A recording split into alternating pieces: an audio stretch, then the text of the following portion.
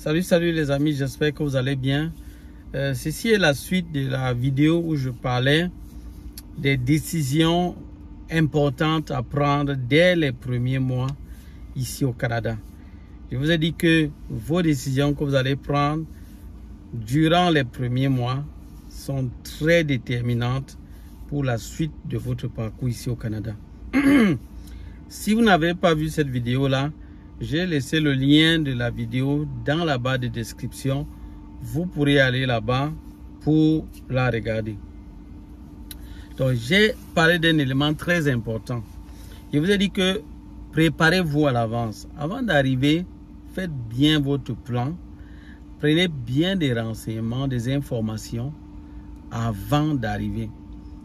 Et il peut y arriver quand même que même malgré toutes vos recherches, tout ce que vous aurez fait, vous pouvez être sur le terrain et vous rendre compte qu'il y a quand même des petits éléments qui clochent un peu, ou bien des petits paramètres qui changent.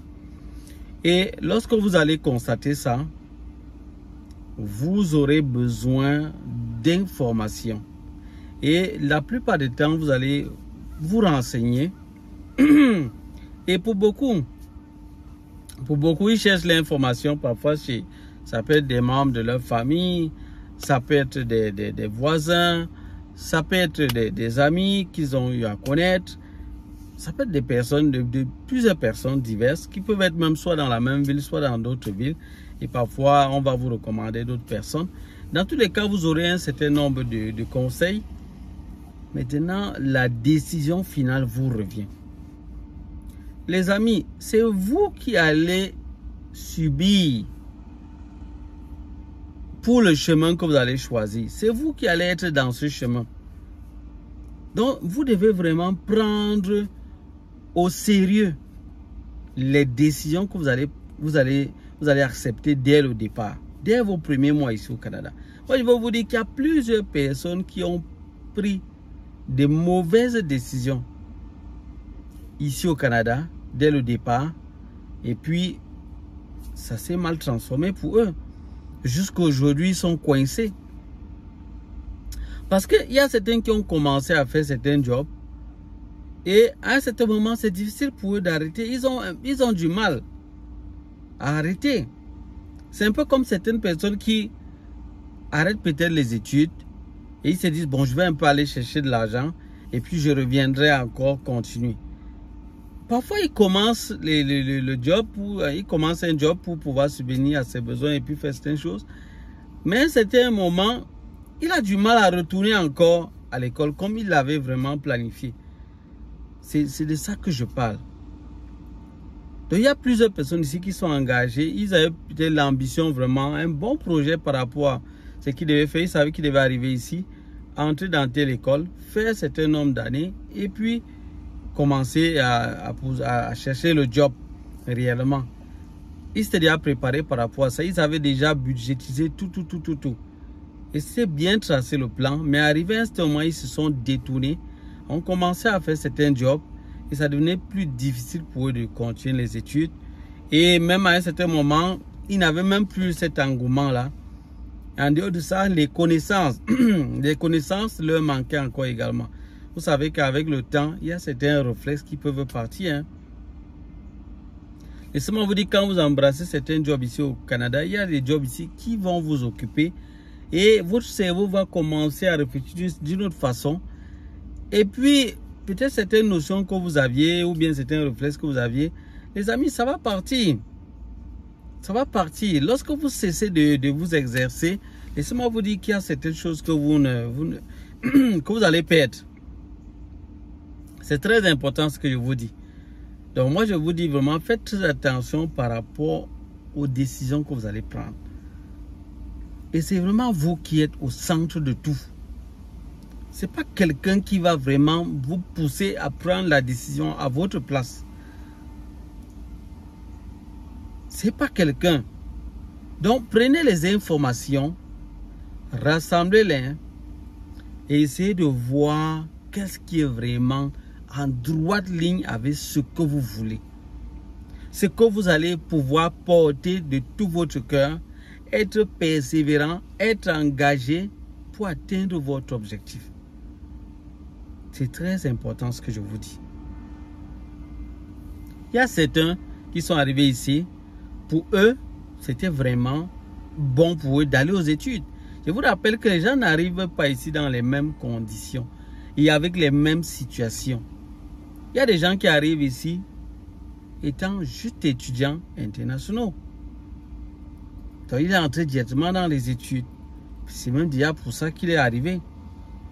Il y a d'autres personnes qui arrivent ici. Il y a aussi le critère en termes d'âge. Il y a des gens qui arrivent ici dans la vingtaine. D'autres arrivent dans la trentaine. D'autres arrivent dans la quarantaine. D'autres arrivent dans la cinquantaine. Ça, c'est un autre paramètre. Il y a des gens qui arrivent ici sans aucune responsabilité. Ils n'ont aucune responsabilité. Ils n'ont pas quelqu'un à prendre en charge de manière directe. Mais il y a d'autres qui arrivent ici, ils ont des charges.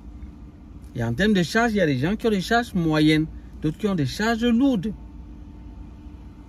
Donc, il y a plusieurs, vous voyez qu'il y a plusieurs paramètres, les amis.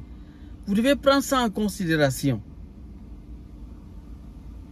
Donc, il y a des gens qui ont vraiment encore le potentiel pour aller aux études. Mais franchement, si vous avez le potentiel pour le faire, mais pourquoi ne le faites-vous pas? Mais il y a des personnes qui ne sont pas dans des... qui sont âgés, mais qui peuvent vraiment encore aller aux études parce qu'ils ont un domaine dans lequel ils peuvent bien s'en sortir. Mais ils peuvent également le faire. Donc tout ça, ça dépend. Ça dépend de la situation dans laquelle vous êtes. Maintenant, il y a certaines personnes pour qui vraiment c'est le job.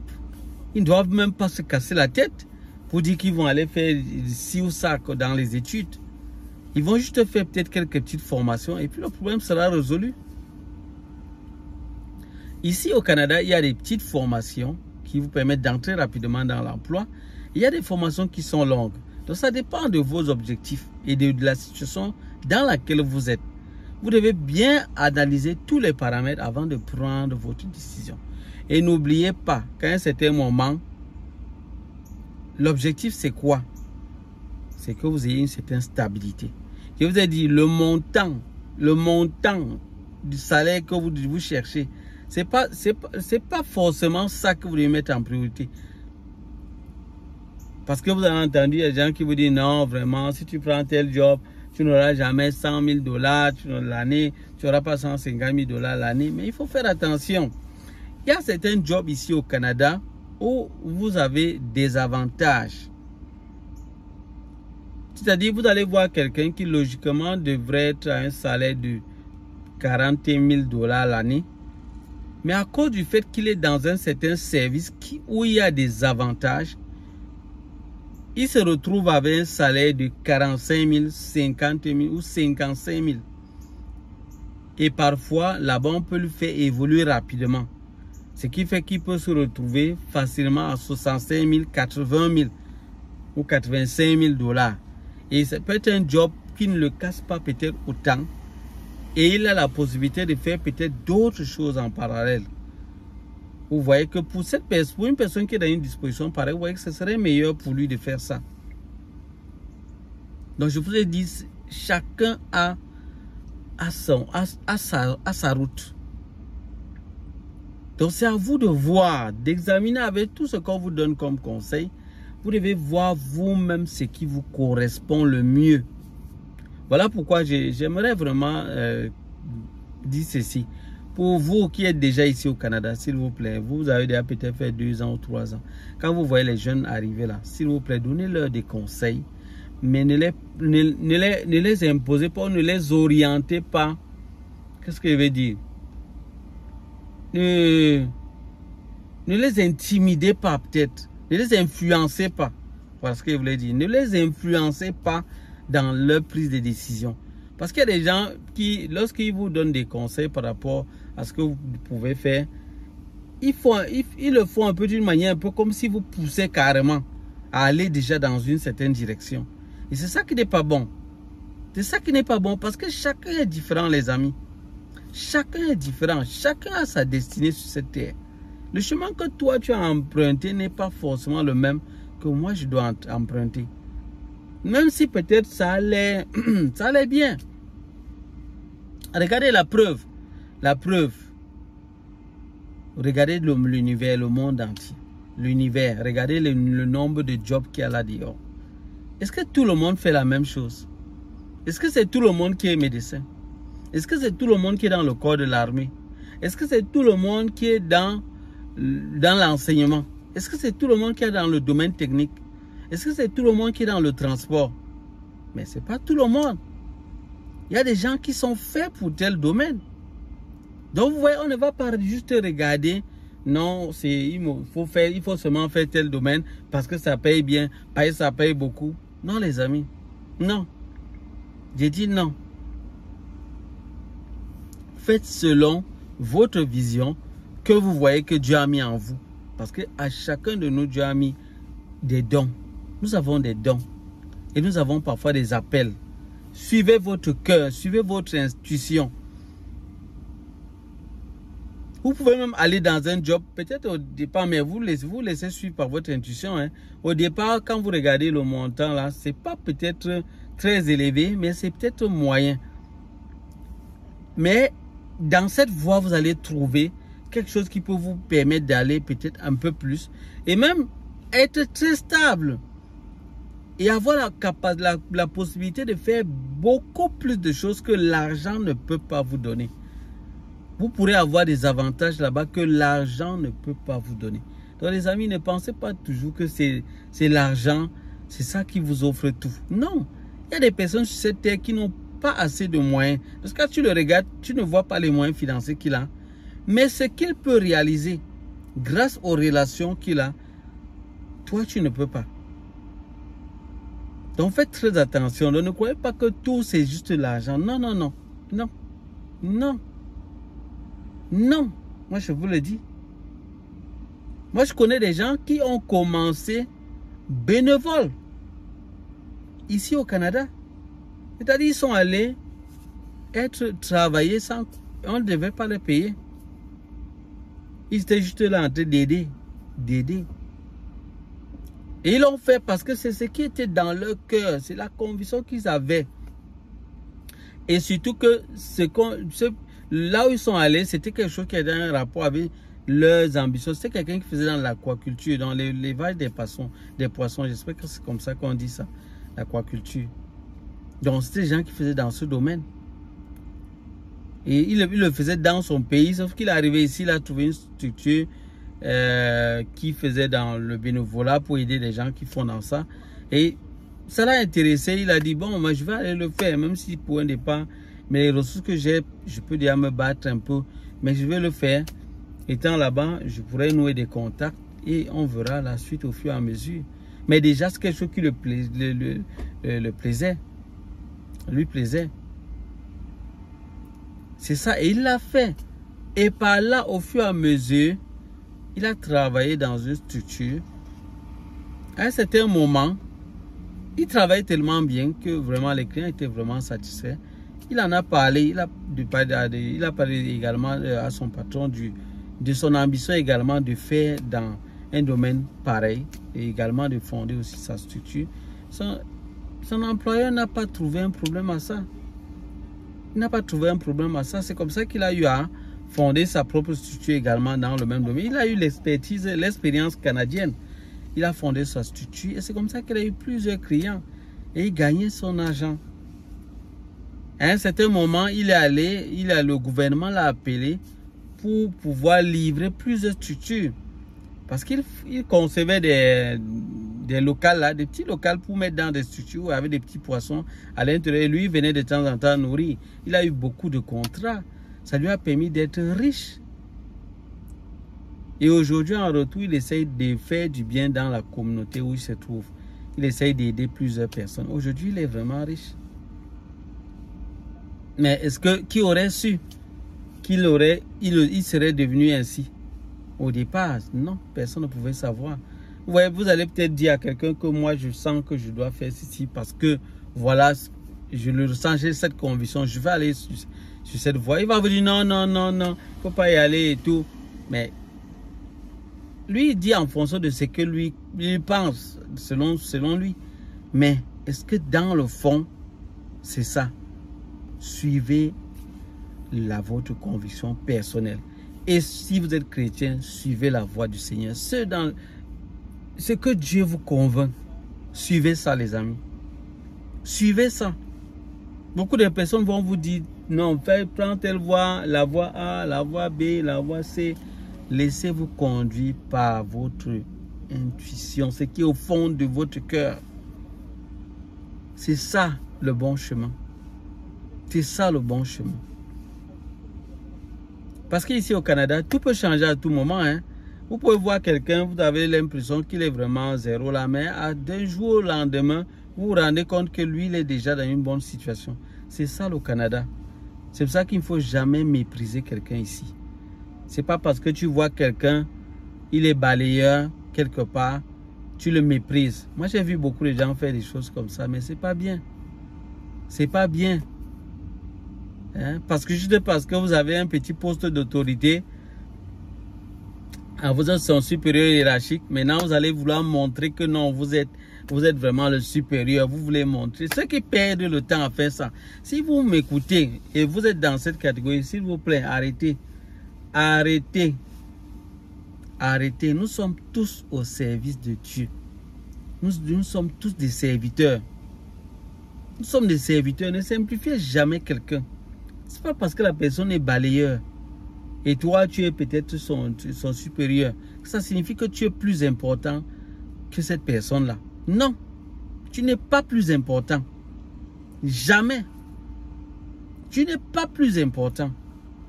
Je vous assure, les amis, vraiment, s'il y a quelqu'un qui me suit et qui a ce genre de comportement, arrêtez, je vous en prie.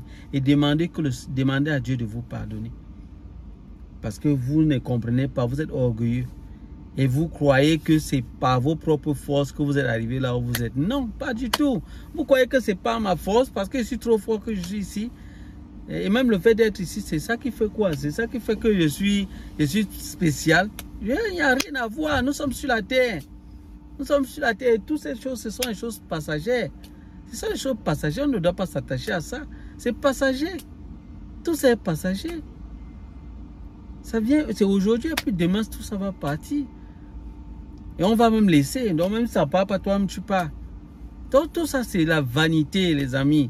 C'est la vanité. C'est parce que peut-être tu portes un costume, tu t'habilles bien et tout. C'est ça qui fait que tu es quoi? Tu es quoi? Parce que tu es dans une belle voiture, c'est ça qui fait que tu es quoi? Tu es quoi? Tu vas partir avec ça? Non. Donc les amis, franchement, il faut vraiment arrêter ça. Et moi, le problème, c'est qu'il y a peu de gens qui comprennent malheureusement. Ils ne sont pas très nombreux ceux qui comprennent. Beaucoup ne comprennent pas. Beaucoup sont vraiment dans le paraître, trop dans des idées vraiment qui les égarent. Ça les égare.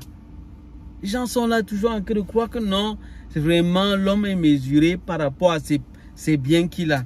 On doit te considérer quand tu as beaucoup de biens, beaucoup de moyens financiers. C'est là où tu es vraiment considérable. Donc quand quelqu'un vient te voir et demande, tu as la voiture, tu as les maisons, tu as les entreprises, tu as ceci. Non, pour lui, tu es vraiment quelqu'un d'important. Les amis, c'est faux. C'est faux. C'est faux. Arrêtez cette conception-là. Arrêtez ça. Ça ne vous mène nulle part. Vous êtes dans l'égarement, vous êtes dans l'erreur complète. Vous êtes dans l'erreur, dans le noir, si vous réfléchissez comme ça. Si pour vous, vous considérez quelqu'un d'après ses moyens, ses possessions et ce qu'il est, non, c'est que vous êtes dans l'erreur. Laissez-moi vous dire ça. Vous êtes en train de vous tromper. Et le jour que vous allez quitter la terre, c'est là où vous allez comprendre que vous étiez dans l'erreur. Moi, je vais vous dire ça. L'histoire de Lazare, du pauvre Lazare et du jeune homme riche, ne vous enseigne-t-il pas? Le jeune homme, le pauvre Lazare était en train d'être les miettes. Il cherchait les miettes de l'homme riche pour chercher le pain, les miettes du pain qui tombaient au sol. C'est ça que lui venait pour chercher pour manger. Mais c'était quelqu'un de pieux. C'était quelqu'un qui craignait Dieu. Et quand il est mort, il est allé auprès du Seigneur, être à l'aise. Donc l'essentiel, ce n'est pas le début, c'est la fin. Après cette vie, que seras-tu?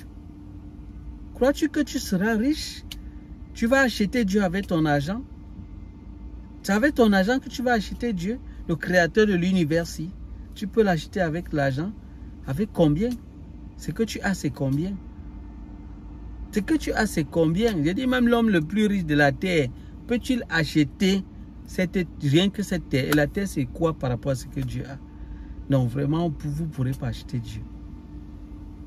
Vous ne pourrez pas acheter Dieu. Donc, du coup, faites attention. Ce n'est pas nos possessions qui nous qualifient.